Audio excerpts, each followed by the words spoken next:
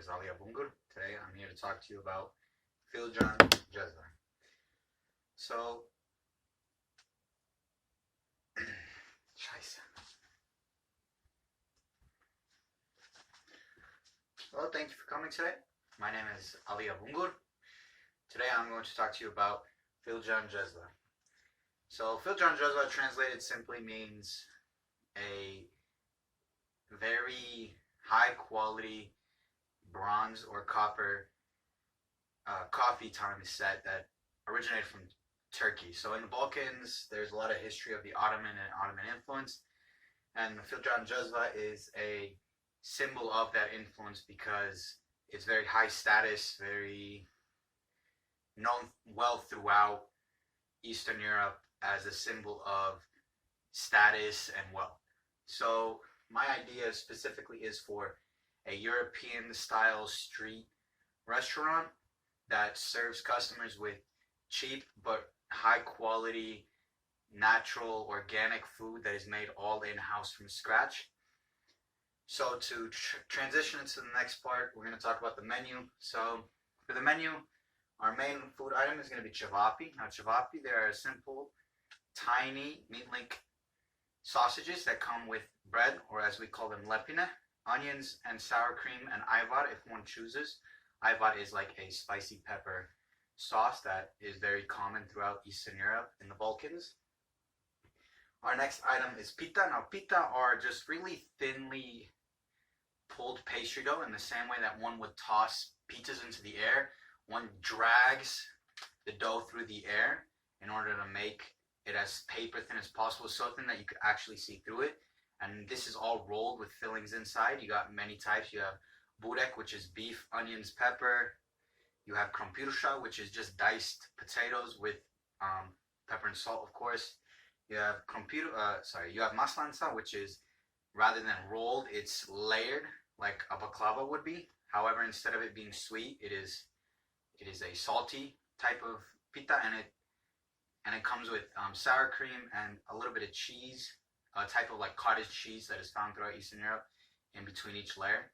And then you have zeljanica, which is made of spinach and cheese. Then for desserts, we have everything from baklava, which is found throughout Eastern Europe, as well as you have hrmashica, which is a tiny sized, somewhat caramelized pastry that is soaked in water all throughout the night in order for it to be soft. You have shampita, which is our take on a whipped cream type pie. And then you have kurabiya, which is kind of like a really hard, mostly dry cookie that is made from jam. Coffee as well, of course, Filjan Jezva. How are we going to have our restaurant name after coffee but not serve coffee? And it will be mainly Turkish style coffee, which is completely different, much more black compared to American coffee.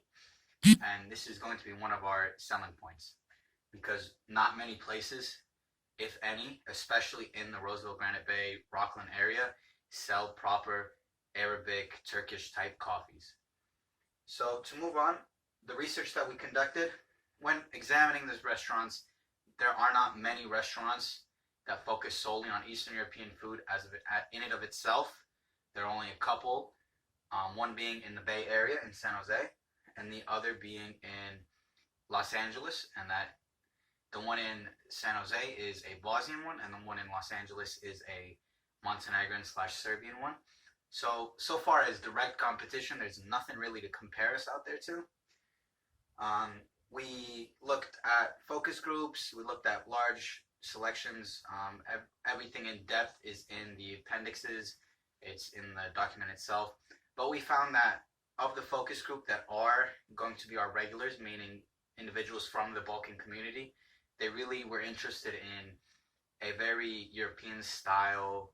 You know, you go in with your family, you get food for everybody, you watch a game, you celebrate holidays. You know, if you're Muslim during Ramadan, you go in to break your fast for iftar, stuff like that. However, for our more American and more professional guests, which we found would also make up the other half of our sales from local businesses around us, we found that they cared not so much about that, but more about how fast the food gets, what price it's at, and how good it actually tastes. To move on, our brand image, of course, we want to be family friendly as most restaurants do. However, we also want to appeal to the businessman and his needs. As it seems, we want them to be in a professional environment, one that is high quality, one that offers them a good product at a good price, meaning a fair price. So like, we don't want to charge them $15 for something that costs us $3 to make. That's just a bad business practice. But we also don't want to undercharge them because we want to underperform. Of course, we want to deliver a product that they feel is worth their money and something that's good for them to maybe discuss business over. Maybe, go in with their colleagues and just on their lunch break enjoy some free time. We also want to be a very open window into what it's like to dine in Europe, where most people actually have cafes where outside seating is very popular, unlike in the US where everybody either gets it to go, eats it in their car while they're driving to work, driving to school, what have you. In Europe, most people have a longer lunch break, so they actually prefer to enjoy it, meaning they sit down. They don't mind sitting at tables outside.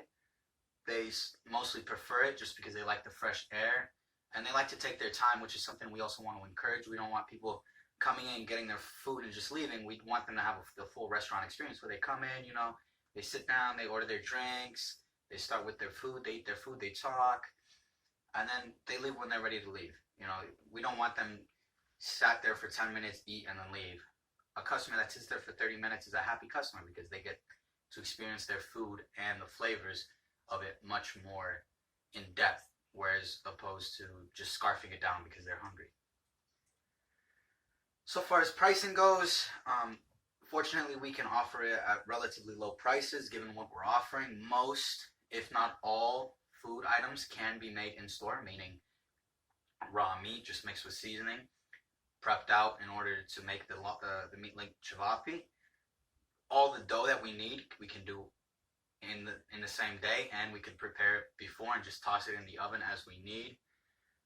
All raw goods, raw ingredients. We don't have to worry about dicing too many different ingredients. So prep time overall will be much less than it would be in, let's say, a Mexican restaurant where you have so many moving parts. You need salsas, you need different types of purees, different types of dressings, stuff like that.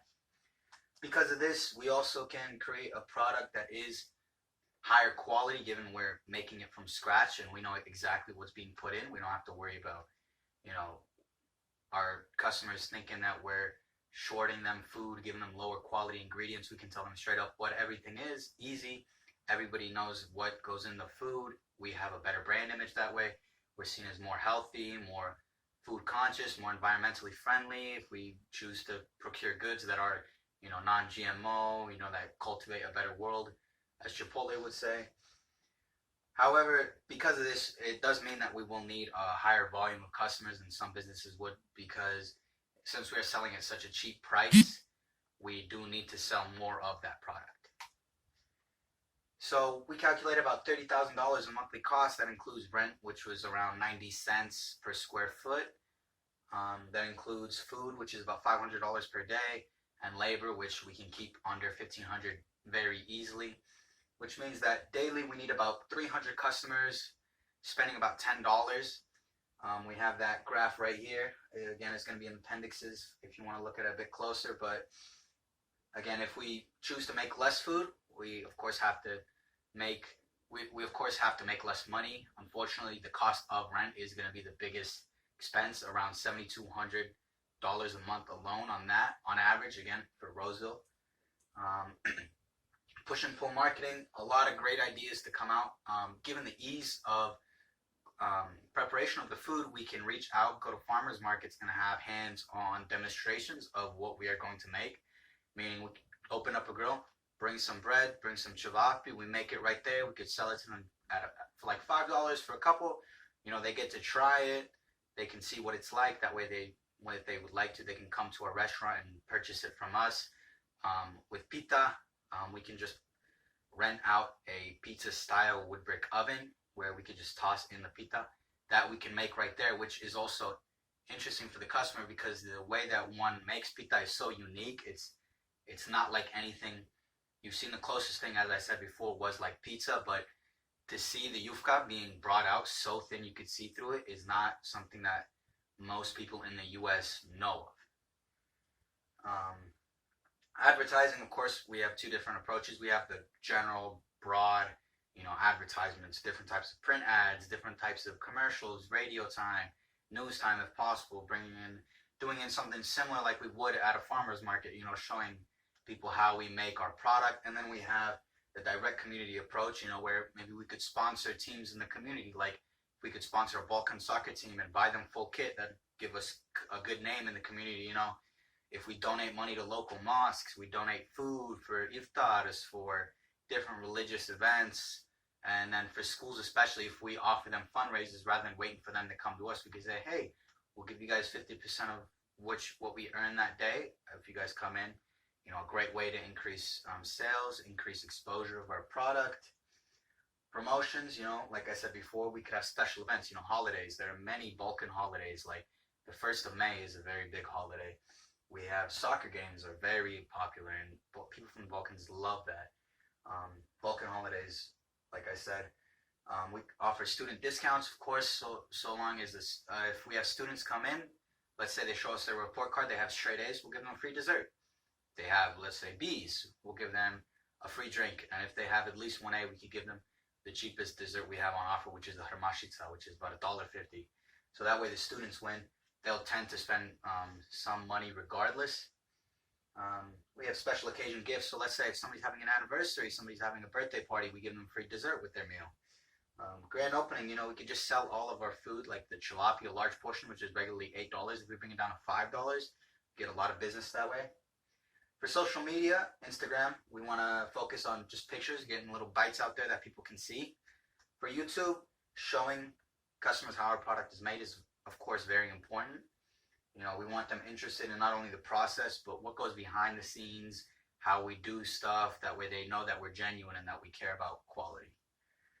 And really, we're just in the business of specialty Balkan cuisine at an affordable and cheap price that is accessible to all. And of course, we want to make money at the end of the day, but what's more important is affecting the community in a way, exposing them to culture and giving back to a community that's giving back to us. Thank you for your time. If you have any questions, let me know. Have a good day.